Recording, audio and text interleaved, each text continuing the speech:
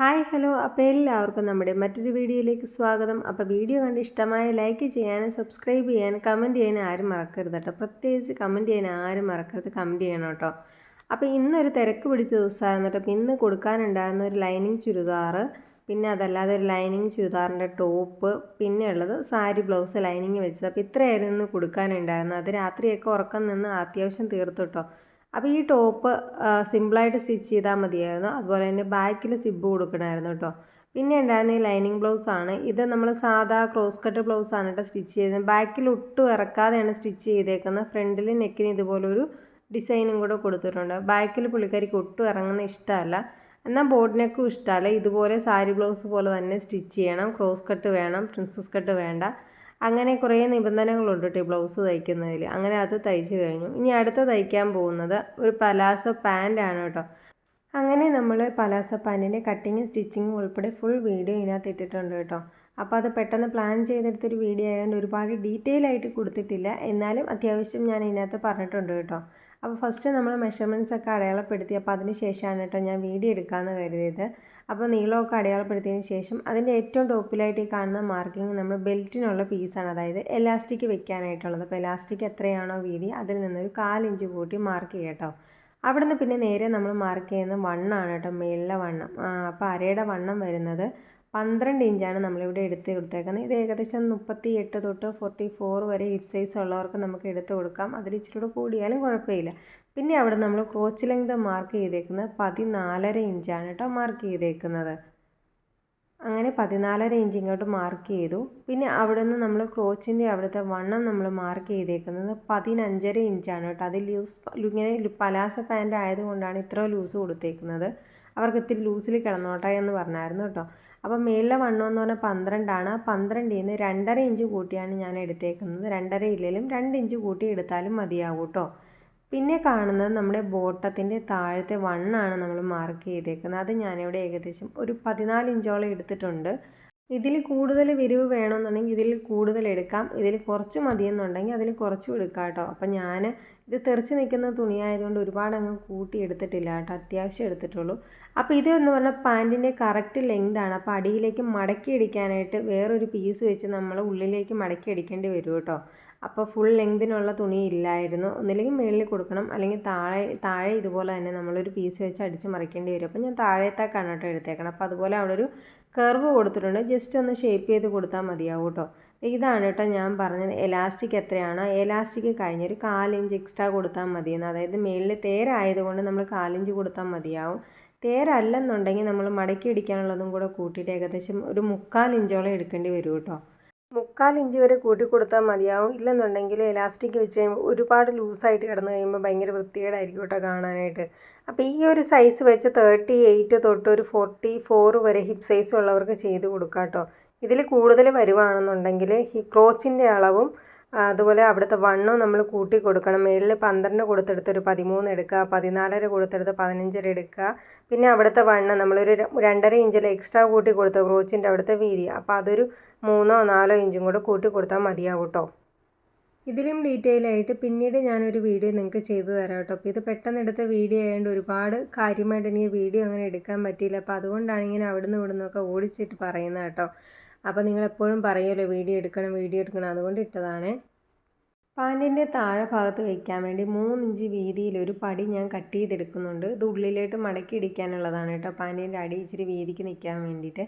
അത് നിങ്ങളുടെ ഇഷ്ടത്തിനനുസരിച്ച് എടുക്കാം. വീതി കുറവാണെങ്കിൽ വീതി കുറച്ചെടുത്താൽ മതി, കൂടുതൽ വേണമെങ്കിൽ അങ്ങനെ എടുക്കാം കേട്ടോ. അപ്പോൾ പാൻറ്റിൻ്റെ ലെങ്ത് കറക്റ്റ് കഴിഞ്ഞിട്ട് 1/2 ഇഞ്ച് എക്സ്ട്രാ ഉള്ളൂ പാൻറ്റിൻ്റെ തുണിക്ക് വരുന്നത്.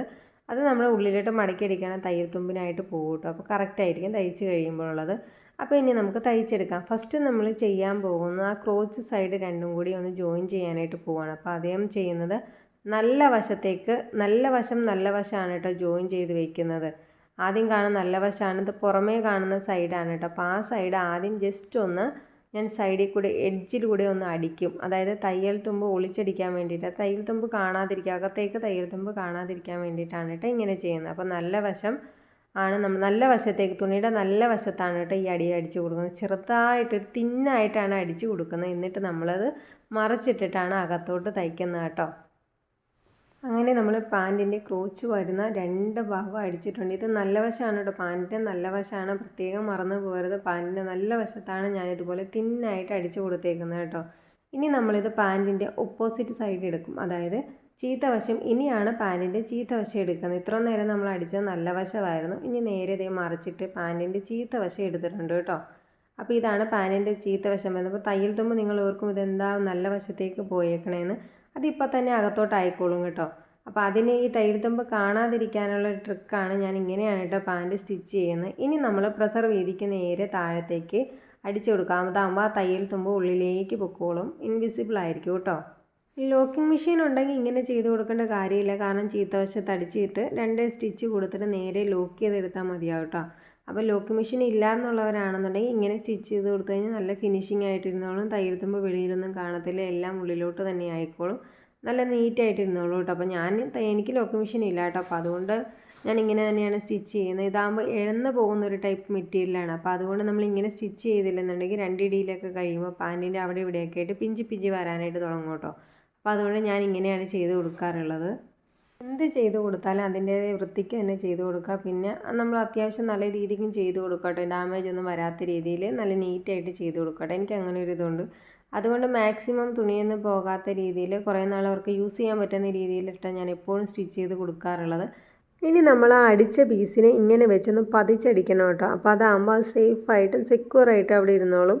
നല്ല വശത്തൂടെയോ ചീത്ത വശത്തൂടെയോ നിങ്ങൾക്ക് ഏതാണോ കംഫർട്ടബിൾ അതിലൂടെ സ്റ്റിച്ച് ചെയ്ത് കൊടുക്കുക കേട്ടോ. ഞാനിപ്പോൾ നേരെ നല്ല വശത്തൂടെയാണ് സ്റ്റിച്ച് ചെയ്ത് വിടുന്നത്. നിങ്ങൾക്ക് തുടക്കക്കാരാണെന്നുണ്ടെങ്കിൽ ചീത്ത വശത്തൂടെ അടിച്ച് വിടുന്നതായിരിക്കും നല്ലതില്ലേ, ചിലപ്പോൾ സ്റ്റിച്ച് കയറാതെയൊക്കെ വരും കേട്ടോ. അപ്പോൾ അതുകൊണ്ട് നിങ്ങൾക്ക് ഏതാണ് കംഫർട്ടബിൾ അതുപോലെ സ്റ്റിച്ച് ചെയ്ത് കൊടുത്താൽ മതിയേ. കോട്ടൺ മെറ്റീരിയലാണ് ഇങ്ങനെ സ്റ്റിച്ച് ചെയ്ത് കൊടുക്കണമെന്നൊന്നും ഇല്ല കേട്ടോ. നിങ്ങൾ ചീത്ത വശത്തോട്ട് എടുത്തിട്ട് ക്രോച്ച് ഏരിയ 2 സ്റ്റിച്ച് കൊടുത്താൽ മതിയാവും. ഇനി നമുക്ക് ചെയ്യാനുള്ളത് ബെൽറ്റാണ്. അപ്പോൾ ബെൽറ്റിൻ്റെ ഏരിയ വരുന്നത് ഉള്ളിലേക്ക് നമ്മളിങ്ങനെ മടക്കി കൊടുക്കുന്ന ഒരു 1.25 ഇഞ്ച് വീതിക്കാണ് നമ്മൾ മടക്കി കൊടുക്കുന്നത്. അതായത് 1.5 ഇഞ്ച് വീതിയാണ് നമ്മുടെ ഇലാസ്റ്റിക്കിൻ്റെ വീതി വരുന്നത്. അതിൽ നിന്നും 1/4 ഇഞ്ച് ആണ് കൂട്ടിയെടുത്തേക്കുന്നത് കേട്ടോ. അത് ഇങ്ങനെ ഇടയ്ക്കിടയ്ക്ക് ടേപ്പ് വെച്ചൊന്ന് അളന്ന് നോക്കിയിട്ട് സ്റ്റിച്ച് ചെയ്ത് കൊടുത്താലും മതിയാവും. ഇത് തേരായതുകൊണ്ടാണ് കേട്ടോ നമ്മൾ ഇലാസ്റ്റിക്കിനെയൊക്കെ 1/4 ഇഞ്ച് കൂട്ടിയെടുത്ത്, ഇല്ലെങ്കിൽ 3/4 ഇഞ്ചോളം കൂട്ടിയെടുക്കണം. കാരണം ഉള്ളിലേക്കൊന്ന് മടക്കിയിടിക്കണ്ടേ. അപ്പോൾ അതിനും കൂടെ കൂട്ടിയെടുത്തിട്ട് വേണം കേട്ടോ സ്റ്റിച്ച് ചെയ്യാനായിട്ട്. അത് ലാസ്റ്റ് വരുമ്പോൾ ഇതുപോലെ ഒരു ഗ്യാപ്പ് ഇട്ട് കൊടുക്കണം നമുക്ക് ഇലാസ്റ്റിക് ഇതിനുള്ളിലൂടെ കയറ്റി വിടാനായിട്ട് കേട്ടോ. അപ്പോൾ അതാരും മറക്കരുതേ. ഇനി നമുക്ക് ചെയ്ത് കൊടുക്കണം എലാസ്റ്റിക് വെക്കാനുള്ളതാണ്, അത് ലാസ്റ്റ് ചെയ്ത് കൊടുക്കാം കേട്ടോ. പിന്നെ നേരെ നമുക്ക് താഴത്തെ ബോട്ടത്തിൻ്റെ റൗണ്ട് സ്റ്റിച്ച് ചെയ്ത് കൊടുക്കാം. അതിനായിട്ട് നമ്മൾ എടുക്കേണ്ടത് പാൻറ്റിൻ്റെ നല്ല വശം ആദ്യം എടുക്കണം കേട്ടോ. നല്ല വശത്ത് വെച്ചാണ് നമ്മൾ സ്റ്റിച്ച് ചെയ്യാനായിട്ട് പോകുന്നത്. അപ്പോൾ പാൻറ്റിൻ്റെ നല്ല വശം എടുക്കുക. നല്ല വശത്തോട്ട് നമ്മൾ ഈ പീസ് വെച്ച് ജസ്റ്റ് ഒന്ന് അടിച്ചെടുത്തിട്ട് ഉള്ളിലോട്ട് വെച്ചിട്ട് അടിക്കുവാണ് കേട്ടോ ചെയ്യുന്നത്. അപ്പോൾ ആദ്യം നമ്മൾ ആ പീസ് എടുക്കുക, ഒരു 1/2 ഇഞ്ച് ഗ്യാപ്പ് ഇട്ടിട്ട് നേരെ താഴത്തോട്ട് സ്റ്റിച്ച് ചെയ്ത് കൊടുക്കണം കേട്ടോ. മെറ്റീരിയലിന് ലെങ്ത് ഉണ്ടെങ്കിൽ നമുക്ക് ഇതിൻ്റെ ഒന്നും ആവശ്യമില്ല കേട്ടോ. കാരണം നമുക്ക് ഉള്ളിലോട്ട് വെച്ച് ഫോൾഡ് ചെയ്ത് ജസ്റ്റ് ഒന്ന് ഒരൊറ്റ അടി അടിച്ച് കഴിഞ്ഞാൽ നമുക്ക് ആ കാര്യം കഴിഞ്ഞു. കാരണം ഇത് മെറ്റീരിയൽ ഇല്ലാത്തതുകൊണ്ട് നമുക്ക് ഇങ്ങനെ പീസ് വെച്ചടിക്കാതെ പറ്റത്തില്ല കേട്ടോ. ഒന്നില്ലെങ്കിൽ മുകളിൽ വെച്ച് കൊടുക്കണം, അല്ലെങ്കിൽ നമ്മൾ താഴെ വെച്ച് കൊടുക്കണം. ഈ 2 ഓപ്ഷനാണ് ഉള്ളത്. അപ്പം ഞാൻ നേരെ താഴത്തേക്കാണ് വെച്ച് കൊടുത്തത്. എനിക്ക് അതാ എളുപ്പമായിട്ട് തോന്നിയിട്ട് താഴെ വെച്ച് കൊടുക്കാമെന്ന് കരുതി കേട്ടോ. അങ്ങനെ സ്റ്റിച്ച് ചെയ്ത് കഴിഞ്ഞാൽ ആ തയ്യൽ തുമ്പ് വരുന്ന ഭാഗം നേരെ താഴത്തേക്ക്, അതായത് ആ വെച്ചടിച്ച പീസിനെ അങ്ങോട്ട് വെച്ചിട്ട് അതിന് മേളിൽ കൂടെ ഒന്ന് പതിച്ചടിക്കണം കേട്ടോ. അതാവുമ്പോൾ നമുക്ക് ഉള്ളിലേക്ക് തുണി വെച്ച് മടക്കി അടിക്കുമ്പോൾ കറക്റ്റ് ആ എഡ്ജ് ഭാഗം കറക്റ്റ് ഫിനിഷിംഗ് ആയിട്ട് കിട്ടാൻ വേണ്ടിയിട്ടാണ് ഇതുപോലെ പതിച്ചടിക്കുന്നത്. അപ്പോൾ ഞാൻ എപ്പോഴും ഇങ്ങനെ വരുമ്പോൾ ഇതുപോലെ പതിച്ചടിച്ച് കൊടുക്കാറുണ്ട് കേട്ടോ. ഇനി നമുക്ക് ആ പീസിന് ഉള്ളിലോട്ട് വെച്ചിട്ടൊന്ന് മടക്കി അടിച്ച് കൊടുക്കാം. ഏകദേശം ഒരു 1.5 ഇഞ്ച് വീതിയോളം വരും കേട്ടോ. 1.25 ഇഞ്ചോളം വീതി വരും കേട്ടോ. അപ്പോൾ ആദ്യം ഒന്ന് മടക്കി അടിച്ചതിന് ശേഷം ഒരു 1/4 ഇഞ്ച് വീതിക്ക് ഞാൻ ഒരു സ്റ്റിച്ചും കൂടെ കൊടുക്കണമുണ്ട് കേട്ടോ. ഒരുപാട് സ്റ്റിച്ചിങ്ങിൻ്റെ പുറത്തോട്ട് കാണാൻ താല്പര്യം ഇല്ലാത്തവരാണെന്നുണ്ടെങ്കിൽ ഒരൊറ്റ അടി ആ മടക്കി അടിച്ച പാടയിൽ കൂടെ ഒറ്റ അടി അടിച്ചാൽ മതിയാവും. അല്ലെന്നുണ്ടെങ്കിൽ ഇങ്ങനെ ഇഷ്ടമുണ്ടെന്നുണ്ടെങ്കിൽ 2 സ്റ്റിച്ച് കൊടുത്താൽ മതി കേട്ടോ. പിന്നെ അത് കഴിഞ്ഞ് നമ്മളിതേ പാൻറ്റിൻ്റെ സ്റ്റിച്ചിങ് ഏകദേശം പരിപാടി കഴിഞ്ഞ് നമുക്ക് താഴത്തെ വണ്ണം ഒന്ന് അടിച്ചു കൊടുക്കുക. ജസ്റ്റ് ഒന്ന് ഷേപ്പ് ചെയ്ത് കൊടുക്കാം പാൻറ്റ്. എന്നിട്ട് അവർ വരുമ്പം കസ്റ്റമർ ഇഷ്ടത്തിനനുസരിച്ച് അത് കറക്റ്റ് ആണെന്നുണ്ടെങ്കിൽ ആ ഒരു സ്റ്റിച്ചും കൂടെ അതിലേക്കൂടെ കൊടുത്താൽ മതി, 2 സ്റ്റിച്ച് കൊടുത്താൽ മതി കേട്ടോ. അപ്പോൾ ഇനി വണ്ണം ഞാനൊരു 1 ഇഞ്ച് 1.5 ഇഞ്ച് ഗ്യാപ്പ് ഇട്ടിട്ട് നേരെ അങ്ങ് സ്റ്റിച്ച് ചെയ്ത് കൊടുക്കുന്നുള്ളൂ. വേറെ പ്രത്യേകിച്ച് മെഷർമെൻറ്റ്സ് ഒന്നും അതിനകത്തില്ല കേട്ടോ. പാൻറ്റിൻ്റെ ബോട്ടം നമ്മൾ ഷേപ്പ് ചെയ്യാൻ നേരത്തെ ബോട്ടത്തിൻ്റെ എൻഡ് തൊട്ട് ക്രോച്ച് ഏരിയ വരെയാണ് സ്റ്റിച്ച് ചെയ്യുന്നത്. എന്നിട്ട് പിന്നെ അടുത്ത പാൻറ്റിൻ്റെ എൻഡ് തൊട്ട് ക്രോച്ച് ഏരിയ വരെയാണ് കേട്ടോ സ്റ്റിച്ച് ചെയ്യുന്നത്. നേരെ ഒറ്റയടിക്ക് കറക്കി ഞാൻ സ്റ്റിച്ച് ചെയ്യാറില്ല കേട്ടോ. അങ്ങനെ ഇനി നമുക്ക് ചെയ്ത് കൊടുക്കാനുള്ള എലാസ്റ്റിക് വെക്കുക എന്നുള്ളതാണ്. എലാസ്റ്റിക്കിനെ രണ്ടായിട്ട് ഫോൾഡ് ചെയ്തിട്ട് ഒരു സൈഡ് 15 ഇഞ്ചാണ് കേട്ടോ വണ്ണം എടുത്തേക്കുന്നത്. അപ്പോൾ ഞാൻ ഏകദേശം ഒരു ഊഹക്കണക്കിനൊക്കെയാണ് എലാസ്റ്റിക്കിൻ്റെ മെഷർമെൻറ്റ് എടുക്കുന്നത്. അതായത് ഒരു 40 തൊട്ട് 45 വരെയുള്ളവർക്കൊക്കെ ഞാനിങ്ങനെ 15 ഇഞ്ച് വണ്ണമാണ് കേട്ടോ എടുത്ത് കൊടുക്കാറുള്ളത്. അത് കറക്റ്റായിരിക്കും. ഇന്നേവരെ കുറഞ്ഞു പോയിട്ടുണ്ടോ അതിൽ കൂടിപ്പോയിട്ടൊന്നും പറയാറില്ല കേട്ടോ. അപ്പോൾ അതിൻ്റെ കറക്റ്റ് വീഡിയോ ഞാൻ ഒരു ദിവസം ഡീറ്റെയിൽ ആയിട്ട് ചെയ്യാം കേട്ടോ. അങ്ങനെ അത്രയൊക്കെ ആക്കി വെച്ചിട്ട് ഞാൻ താഴത്തോട്ട് ഇറങ്ങിയിട്ടോ. കാരണം രാവിലത്തെ ഫുഡൊന്നും റെഡിയാക്കിയിട്ടില്ല. ഞാൻ ഏകദേശം ഒരു 6 മണിയൊക്കെ ആയപ്പോൾ കയറിയിരുന്നതാണ് കേട്ടോ. ഇപ്പം 8 മണിയായെന്ന് എനിക്ക് തോന്നുന്നു. 9:30 ആകുമ്പോൾ ചേട്ടായിക്ക് ഓട്ടം പോകേണ്ടതാണ്. അപ്പം ഞാൻ ചേട്ടായിയോട് പറഞ്ഞായിരുന്നു ഒന്ന് കപ്പ പൊളിച്ച് വയ്ക്കാമെന്ന്. അപ്പോൾ ആളിത് ഇവിടെ കപ്പ പൊളിച്ചുകൊണ്ടിരിക്കുകയാണ് കേട്ടോ. അപ്പം ഞാൻ അറിയാതെ പുറകിൽ നിന്ന് വീഡിയോ എടുത്താണ് കേട്ടോ. ഇതുപോലെ തിരക്കുള്ള ദിവസമൊക്കെ എനിക്കിങ്ങനെ സഹായിച്ചു തരാറുണ്ട് കേട്ടോ. എന്ത് വേണേലും പറഞ്ഞാൽ ചെയ്തു തരാറുണ്ട്. അപ്പം ചുമ്മാതിരിക്കുന്ന ടൈമാണ് ചെയ്തു തരുന്നത്. ഓട്ടമുള്ള സമയമാണെങ്കിൽ ഓട്ടം പോകട്ടോ. അല്ലാത്തപ്പോഴൊക്കെ ആണെങ്കിൽ ഇതുപോലെ സഹായിച്ചൊക്കെ തരാറുണ്ട്. വീട് ക്ലീൻ ചെയ്ത് തരാറുണ്ട്. അതുപോലെ അടുക്കളയിലൊക്കെ അത്യാവശ്യം തേങ്ങ ചിരണ്ടി തരിക, ഇതുപോലെ സവോള പൊളിക്കുക, വെളുത്തുള്ളി പൊളിക്കുക, അങ്ങനെയുള്ളൊക്കെ ചെറിയ ചെറിയ കാര്യങ്ങളൊക്കെ എനിക്ക് ചെയ്തു തരാറുണ്ട്. അത് എന്നെ സംബന്ധിച്ചത് ചെറിയ കാര്യമല്ല, അത് വലിയൊരു കാര്യം തന്നെയാണ് കേട്ടോ. ഇതുപോലും ചെയ്തു കൊടുക്കാത്ത ഒരുപാട് ആൾക്കാർ കാണും. തേങ്ങ ചിരണ്ടി തരാമെന്ന് ചോദിച്ചപ്പോൾ തേങ്ങയും കൂടെ ചിരണ്ടി തന്നോട്ടോ. രാവിലെ വണ്ടി ഓട്ടം പോകാനുണ്ട്, അതൊക്കെ കഴുകിയിട്ടാണ് ആളിവിടെ ഇരിക്കുന്നത്. അത് കഴിഞ്ഞിട്ടാണ് കേട്ടോ ഞാൻ ഇങ്ങനെ ഒരു പണിയും കൂടെ കൊടുക്കുന്നത്. അത് കഴിഞ്ഞ് നേരെ ഞങ്ങളുടെ കപ്പ ഉണ്ടാക്കാനായിട്ട് പോയിട്ടോ. തലേദിവസം വൈകിട്ട് മീൻകറി വെച്ചത് കൊണ്ട് തന്നെ എളുപ്പമുണ്ട്. ഇനി കപ്പ മാത്രം റെഡിയാക്കി എടുത്താൽ മതിയല്ലോ. അതാകുമ്പോൾ നമുക്കൊരു പണി കുറഞ്ഞു കിട്ടും. ഞാൻ ആദ്യം ഓർത്തത് പുട്ടും കിഴങ്ങറിയും ഉണ്ടാക്കാമെന്ന് ഓർത്താണ് ഇരുന്നത്. അപ്പോൾ അത് കഴിഞ്ഞപ്പോഴാണ് എന്നാൽ മീൻകറി ഉണ്ടല്ലോ കപ്പ ഉണ്ടാക്കാമെന്ന് കരുതി കേട്ടോ. അങ്ങനെ വേഗം അതൊക്കെ റെഡിയാക്കാനായിട്ട് പോകുമായിരുന്നു. അപ്പോൾ ചേട്ടാ രാവിലെ കട്ടൻ ചായ വെച്ചിട്ടുണ്ട്. അപ്പോൾ അതൊക്കെ കുടിച്ചിട്ടാണ് ആളിരിക്കുന്നത്. അതിനിടയ്ക്ക് ഒരു ചേട്ടൻ നമ്മുടെ വീട്ടിൽ വന്നിട്ടുണ്ട് കേട്ടോ. വേറെ ഒന്നുമല്ല, ചേട്ടൻ്റെ മകൾ വെളിയിലോട്ട് പഠിക്കാനായിട്ട് പോവാണ് കേട്ടോ. അപ്പോൾ എയർപോർട്ട് പോകാനായിട്ട് ട്രാവലറിന് ഓട്ടം വിളിക്കാനായിട്ട് വന്നതാണ് കേട്ടോ. അപ്പോൾ അടുത്ത ദിവസത്തേക്കാണ് ഓട്ടം. അപ്പോൾ ഒന്ന് മുൻകൂട്ടി പറയാൻ വേണ്ടിയിട്ട് വന്നാണ്. ഫോൺ വിളിച്ച് പറഞ്ഞാലും എന്നാലും വീട്ടിൽ വന്ന് പറയണ്ടേന്ന് കരുതി പുള്ളി വീട്ടിൽ വന്ന് പറയാനായിട്ട് വന്നതാണ് കേട്ടോ. അപ്പോൾ അതിനിടയ്ക്ക് ഞാൻ പാൻറ്റിൻ്റെ എലാസ്റ്റിക്കൊക്കെ കയറ്റി വിടുന്നുണ്ട്. അപ്പോൾ അതാകുമ്പോൾ ഒരു പണിയും കൂടെ വേഗം കഴിയുമല്ലോ എന്ന് ഓർത്തിട്ടാണ്. ഒരു പണിക്ക് 20 പണി എന്ന് പറയുന്ന കണക്കാണ്. പെട്ടെന്ന് ഇതുപോലെ സ്റ്റിച്ച് ചെയ്യാനായിട്ട് വരുമ്പോൾ നമുക്ക് വീട്ടിലെ പണിയും അതുപോലെ സ്റ്റിച്ചിങ്ങും കൊച്ചിനെ വിടലും എല്ലാം കൂടെ ഭയങ്കര ബുദ്ധിമുട്ടാണ് കേട്ടോ. ഇന്നിപ്പോൾ കുഞ്ഞൻ എണീറ്റിട്ടില്ല. കുഞ്ഞൻ കിടന്ന് നല്ല ഉറക്കമാണ് കേട്ടോ. അപ്പോൾ ക്ലാസ് ഇല്ലാത്തതുകൊണ്ട് ആൾ നല്ല ഉറക്കത്തിലാണ്. കറക്റ്റ് 9:30 ആകുമ്പോൾ ഇവർ വാങ്ങിക്കാൻ വരുമെന്നാണ് പറഞ്ഞത്. പക്ഷേ അങ്ങനെ ഞാൻ കറക്റ്റ് 9:30 ആകുമ്പോൾ സ്റ്റിച്ച് ചെയ്ത് വെച്ചാലും അവർ 10:30 ആകുമ്പോഴാലും വീട്ടിൽ വരികയില്ല കേട്ടോ. അങ്ങനെ ഒരു അനുഭവം എനിക്കുണ്ട്. ഇന്നും അതുപോലെയൊക്കെ തന്നെയായിരുന്നു. കറക്റ്റ് 9:30 ആയപ്പോൾ സ്റ്റിച്ച് ചെയ്ത് വെച്ചിട്ട് ഞാൻ ആളെ വിളിച്ചോണ്ടിരിക്കുക, വരുന്നില്ലേ എന്ന് ചോദിച്ചിട്ടുണ്ട്. അപ്പോൾ അവർ കറക്റ്റ് 10:30 ആയിട്ട് സമയം മാറ്റി ചേച്ചി, ഞാൻ 10:30 ആകുമ്പോഴാണ് പോണേന്ന് പറഞ്ഞ് അങ്ങനെ 10:10 ആയിട്ട് അവർ വന്നപ്പോൾ അപ്പോൾ കപ്പയ്ക്ക് വേണ്ടിയിട്ടുള്ള ഉപ്പും മഞ്ഞൾപ്പൊടിയൊക്കെ ഞാൻ ഇട്ട് കൊടുക്കുന്നുണ്ട്. ജസ്റ്റ് ഒന്ന് തിളച്ചിട്ടിട്ട് കൊടുത്താൽ മതി കേട്ടോ. ഉപ്പും മഞ്ഞൾപ്പൊടി അങ്ങനെയാണ് ഇട്ട് കൊടുക്കാറുള്ളത്. ഇപ്പോൾ സമയം നോക്കിയൊന്നുമില്ല, ഞാൻ തിളയ്ക്കുന്നതിന് മുമ്പ് മഞ്ഞൾപ്പൊടി ഉപ്പ് ഇട്ട് കൊടുത്തു കേട്ടോ. അപ്പോൾ ഇനി അത് മൂടി വയ്ക്കാം, അത് അവിടെ ഇരുന്ന് വേവട്ടെ. ആ വേവണ സമയം കൊണ്ട് നമുക്ക് നമ്മുടെ ബാക്കിയുള്ള പരിപാടികളൊക്കെ ചെയ്യാം.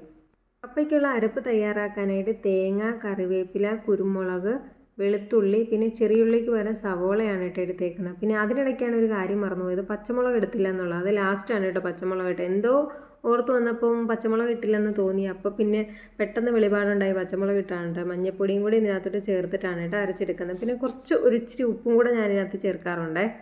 അരപ്പിനകത്ത് ഇച്ചിരി ഉപ്പ് കൂടെ ചേർക്കുമ്പോൾ നമ്മളത് കപ്പ കഴിക്കാനായിട്ട് നല്ലൊരു ടേസ്റ്റ് തോന്നാറുണ്ട്. അതുകൊണ്ട് ഞാൻ ഒരു ലേശം ഒരു പൊടിക്കൊരു ഉപ്പേ ചേർക്കാറുള്ള. കപ്പയ്ക്ക് നമ്മൾ ഓൾറെഡി ഉപ്പ് ചേർക്കുന്നുണ്ടല്ലോ. അപ്പോൾ അതുകൊണ്ട് ആ അരപ്പിൻ്റെ പാകത്തിലുള്ള ഒരു ഉപ്പ് കൂടെ ചേർക്കാറുണ്ട് കേട്ടോ. അപ്പോൾ അങ്ങനെ നമ്മുടെ കപ്പ തിളച്ച് വന്നിട്ടുണ്ട്. ഇനി വെന്തിട്ട് ഇത് ഊറ്റണം. എന്നിട്ട് വേണം ഇതിലേക്ക് നമുക്ക് അരപ്പ് ചേർക്കാനായിട്ട്. അമ്മയുടെ ചൂണ്ടേരി എണീറ്റാ അമ്മയുടെ ചൂണ്ടേരി എണീറ്റാ എണീറ്റു. ലൈറ്റ് ഇട്ടാ അമ്മ.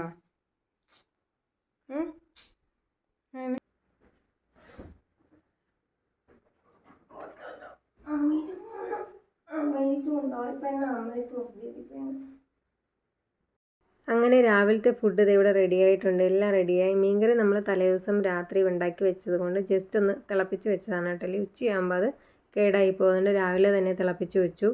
പിന്നെയുള്ളത് നമ്മുടെ കപ്പ അരച്ച് പുഴുങ്ങി തേങ്ങയൊക്കെ ചേർത്ത് റെഡിയാക്കി വെച്ചിട്ടുണ്ട്. ഇനി ഞാൻ നേരെ മേളിലോട്ട് പോയിട്ട് ബാക്കിയുള്ളത് ചെയ്യാനായിട്ട് പോവാണ് കേട്ടോ.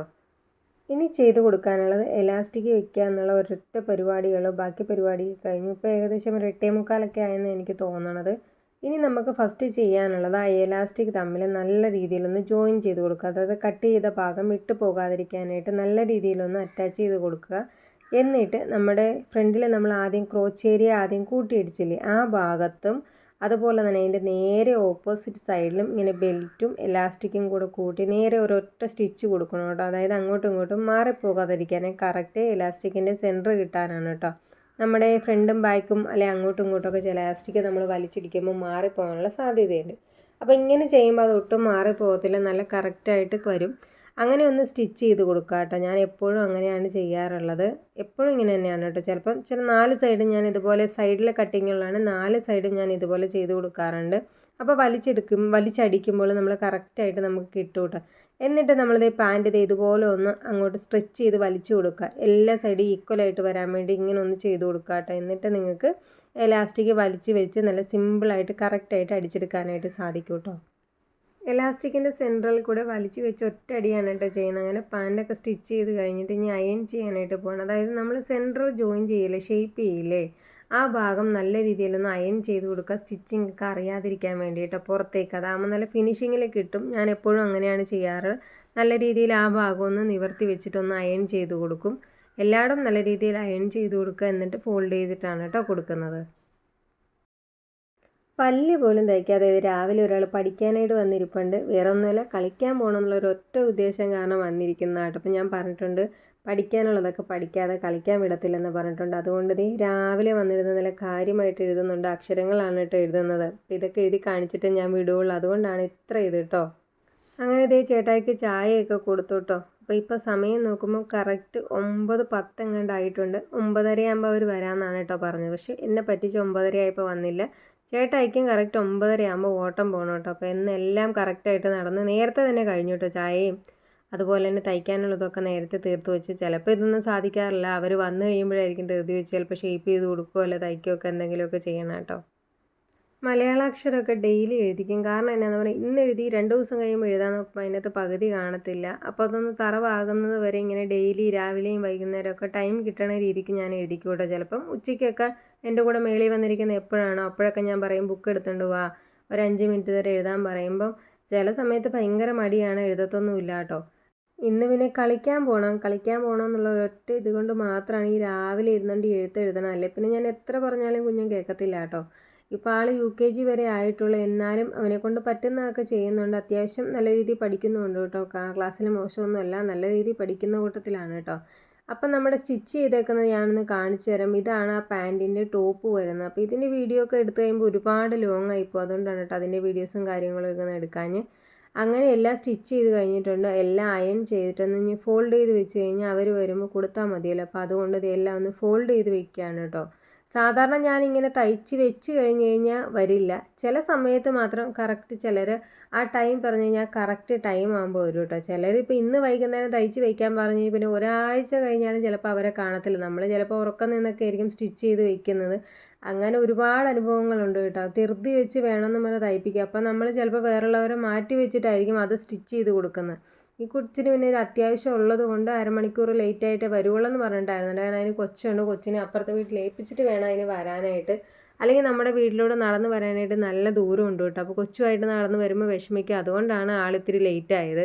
ഇവർക്ക് UKGയിൽ ഹിന്ദിയും പഠിക്കാനുണ്ട് കേട്ടോ. അപ്പോൾ അതേ ഹിന്ദിയിൽ അക്ഷരങ്ങൾ എഴുതി കാണിച്ചാണ്. അതിൻ്റെ ഇടയ്ക്ക് ഒരു ലെറ്റർ മിസ്സിങ് ആണ്, എന്നാലും എഴുതി കാണിക്കുന്നുണ്ടല്ലോ. അപ്പോൾ അതൊക്കെ കാണുമ്പോൾ എനിക്ക് സന്തോഷമാണ് കേട്ടോ. അപ്പോൾ ഇതിനിടയ്ക്ക് ഞാൻ പഠിപ്പിക്കാനായിട്ട് മറക്കാറില്ല.